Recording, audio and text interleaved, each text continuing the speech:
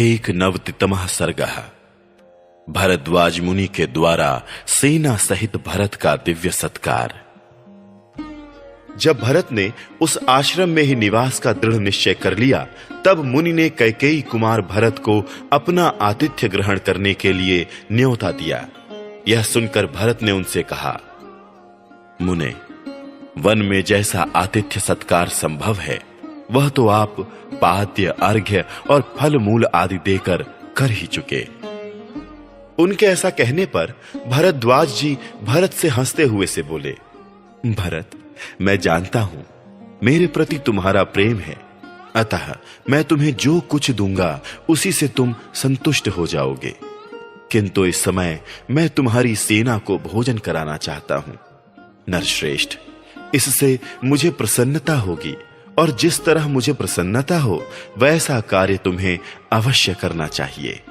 पुरुष प्रवर, तुम अपनी सेना को किस लिए इतनी दूर छोड़कर यहां आए हो? सेना सहित यहां क्यों नहीं आए? तब भरत ने हाथ जोड़कर उन तपोधन मुनि को उत्तर दिया, भगवान, मैं आपके ही भय से सेना के साथ यहां नहीं आया। प्रभु, राजा और राजपुत्र को चाहिए कि वे सभी देशों में प्रयत्न पूर्वक तपस्वी जनों को दूर छोड़कर रहें, क्योंकि उनके द्वारा उन्हें कष्ट पहुंचने की संभावना रहती है। भगवान, मेरे साथ बहुत से अच्छे अच्छे घोड़े, मनुष्य और मतवाले गजराज हैं, जो बहुत बड़े भूभाग को ढककर मेरे पीछे पीछे चलते हैं। वे आश्रम के वृक्ष, जल, भूमि और पर्णशालाओं को हानि ना पहुंचाएं, इसलिए मैं यहां अकेला ही आया हूं। तदनंतर उन महर्षि ने आज्ञा दी कि सेना को यहीं ले आओ।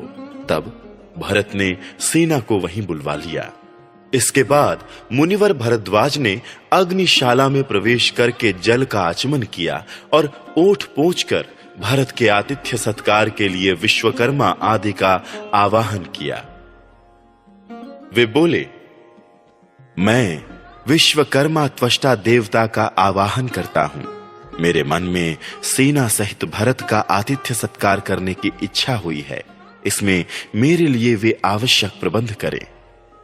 जिनके अगुआ इंद्र हैं, उन 3 लोकपालों का मैं आवाहन करता हूं। इस समय भरत का आतिथ्य सत्कार करना चाहता हूं। इसमें मेरे लिए वे लोग आवश्यक प्रबंध करें। पृथ्वी और आकाश में जो पूर्व एवं पश्चिम की ओर प्रवाहित होने वाली नदियां हैं, उनका भी मैं आवाहन करता हूं। वे सब आज यहां पधारें। कुछ नदियां मैरीय प्रस्तुत करें, दूसरी अच्छी तरह तैयार की हुई सुरा ले आवें तथा अन्य नदियां ईख के पोरुओं में होने वाले रस की भांति मधुर एवं शीतल जल तैयार करके रखें। मैं विश्वावसु, हाहा और हूहू आदि देव गंधर्वों का तथा उनके साथ समस्त अप्सराओं का भी आवाहन करता हूं। घृताची, विश्वाची, मिश्रकेशी, अलंबुषा नागदत्ता, हेमा, सोमा तथा अधिकृत स्थली का भी मैं आवाहन करता हूं। जो अप्सराएं इंद्र की सभा में उपस्थित होती हैं तथा जो देवांगनाएं ब्रह्मा जी की सेवा में जाया करती हैं, उन सब का मैं तुम्बुरु के साथ आवाहन करता हूं। वे अलंकारों तथा नृत्य गीत के लिए अपेक्षित अन्यान्य उपकरणों के साथ यहां पधारें। उत्तर कुरु वर्ष में जो दिव्य चैत्र रथ नामक वन है, जिसमें दिव्य वस्त्र और आभूषण ही वृक्षों के पत्ते हैं और दिव्य नारियां ही फल हैं, कुबेर का वह सनातन दिव्य वन यहीं आ जाए। यहां भगवान सोम मेरे अतिथियों के लिए उत्तम अन्न, नाना प्रकार के भक्ष्य, भोज्य, लेह्य और चोष्य की प्रचुर मात्रा में व्यवस्था करें। वृक्षों से तुरंत चुने गए नाना प्रकार के पुष्प, मधु आदि पेय पदार्थ तथा नाना प्रकार के फलों के गूदे भी भगवान सोम यहां प्रस्तुत करें। इस प्रकार उत्तम व्रत का पालन करने वाले भरद्वाज मुनि ने एकाग्र चित्त और अनुपम तेज से संपन्न हो शिक्षा और स्वर से युक्त वाणी में उन सब का आवाहन किया। इस तरह आवाहन करके मुनि पूर्वाभिमुख हो हाथ जोड़े मन ही मन ध्यान करने लगे। उनके स्मरण करते ही वे सभी देवता एक एक करके वहां आ पहुंचे। फिर तो वहां मलय और दरदुर नामक पर्वतों का स्पर्श करके बहने वाली अत्यंत प्रिय और सुखदायिनी हवा धीरे धीरे चलने लगी, जो स्पर्श मात्र से शरीर के पसीने को सुखा देने वाली थी। तत्पश्चात मेघगण दिव्य पुष्पों की वर्षा करने लगे।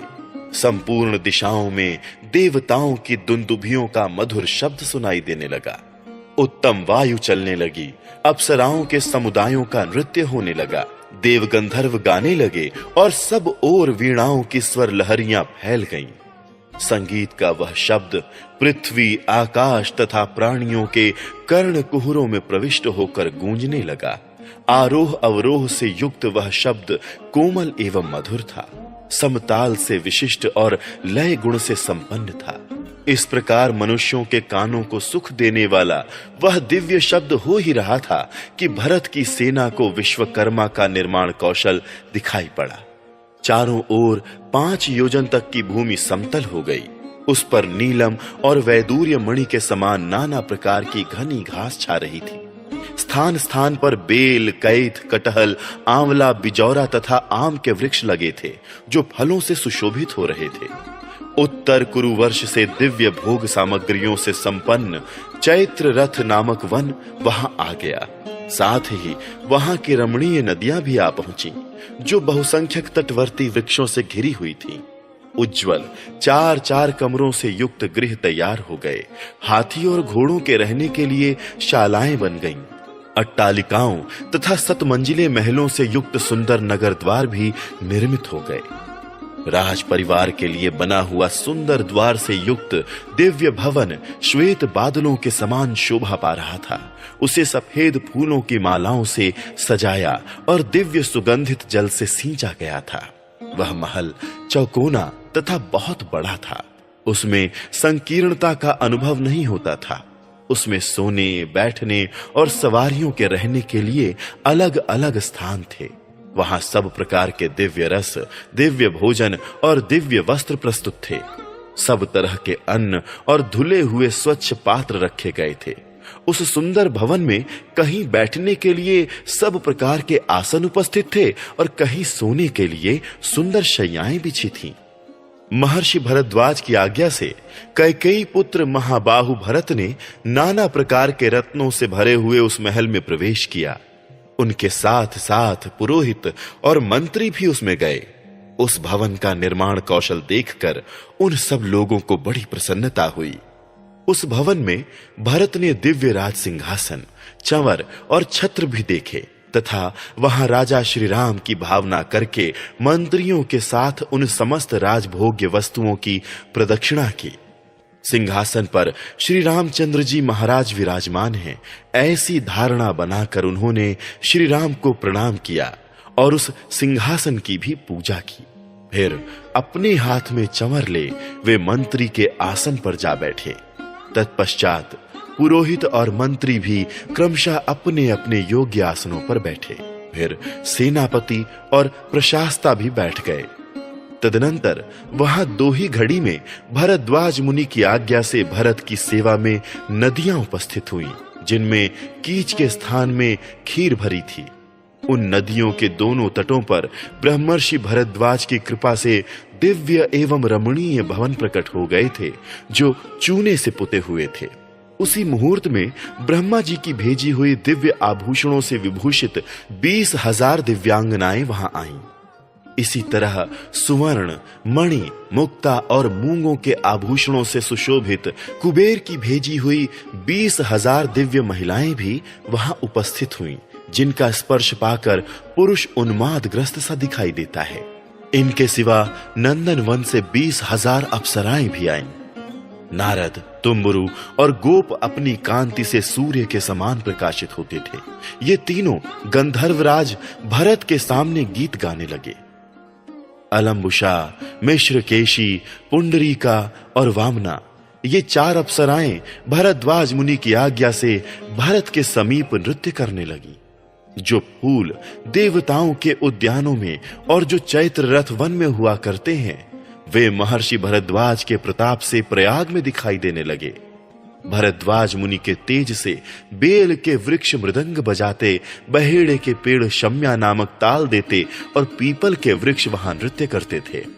तदनंतर देवदारू, ताल, तिलक और तमाल नामक वृक्ष कुबड़े और बौने बनकर बड़े हर्ष के साथ भरत की सेवा में उपस्थित हुए। शिशपा, आमलकी और जंबू आदि स्त्रीलिंग वृक्ष तथा मालती, मल्लिका तथा जाति आदि वन की लताएं नारी का रूप धारण करके भरद्वाज मुनि के आश्रम में आ बसी। वे भरत के सैनिकों को पुकार पुकार कर कहती थीं, मधु का पान करने वाले लोगों, लो यह मधु पान कर लो। तुम में से जिन्हें भूख लगी हो वे सब लोग यह खीर खाओ और परम पवित्र फलों के गूदे भी प्रस्तुत हैं, इनका आस्वादन करो। जिसकी जो इच्छा हो वही भोजन करो। 7-8 तरुणी स्त्रियां मिलकर एक एक पुरुष को नदी के मनोहर तटों पर उबटन लगा लगा कर नहलाती थीं। बड़े बड़े नेत्रों वाली सुंदरी रमणीय अतिथियों का पैर दबाने के लिए आई थीं। वे उनके भीगे हुए अंगों को वस्त्रों से पोंछकर शुद्ध वस्त्र धारण कराकर उन्हें स्वादिष्ट पेय पिलाती थीं। तत्पश्चात भिन्न भिन्न वाहनों की रक्षा में नियुक्त मनुष्यों ने हाथी, घोड़े, गधे, ऊंट और बैलों को भली भांति दाना, घास आदि का भोजन कराया। इक्ष्वाकु कुल के श्रेष्ठ योद्धाओं की सवारी में आने वाले वाहनों को वे महाबली वाहन रक्षक प्रेरणा दे देकर गन्ने के टुकड़े और मधु मिश्रित लावे खिलाते थे। घोड़े बांधने वाले सईस को अपने घोड़े का और हाथीवान को अपने हाथी का कुछ पता नहीं था। सारी सेना वहां मत्त प्रमत्त और आनंद मग्न प्रतीत होती थी। संपूर्ण मनोवांछित पदार्थों से तृप्त होकर लाल चंदन से चर्चित हुए सैनिक अप्सराओं का संयोग पाकर इस तरह की बातें कहने लगे। अब हम अयोध्या नहीं जाएंगे, दंडकारण्य में भी नहीं जाएंगे। भरत सकुशल रहें, जिनके कारण हमें इस भूतल पर स्वर्ग का सुख मिला, तथा श्री रामचंद्र जी भी सुखी रहें, जिनके दर्शन के लिए आने पर हमें इस दिव्य सुख की प्राप्ति हुई।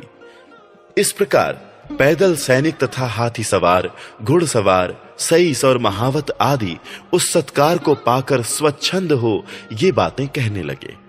भरत के साथ आए हुए हजारों मनुष्य वहां का वैभव देखकर हर्ष के मारे फूले नहीं समाते थे और जोर जोर से कहते थे, यह स्थान स्वर्ग है।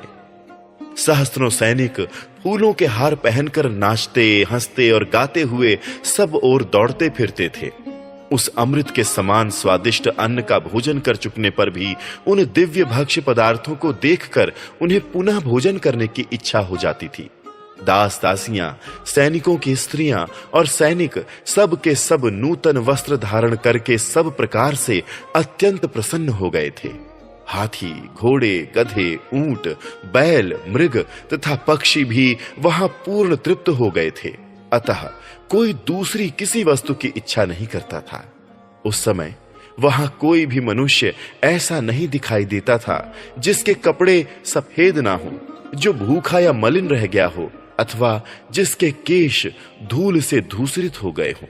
अजवाइन मिलाकर बनाए गए, वराही कंद से तैयार किए गए तथा आम आदि फलों के गर्म किए हुए रस में पकाए गए उत्तमोत्तम व्यंजनों के संग्रहों, सुगंध युक्त रस वाली दालों तथा श्वेत रंग के भातों से भरे हुए सहस्त्रों सुवर्ण आदि के पात्र वहां सब ओर रखे हुए थे, जिन्हें फूलों की ध्वजाओं से सजाया गया था।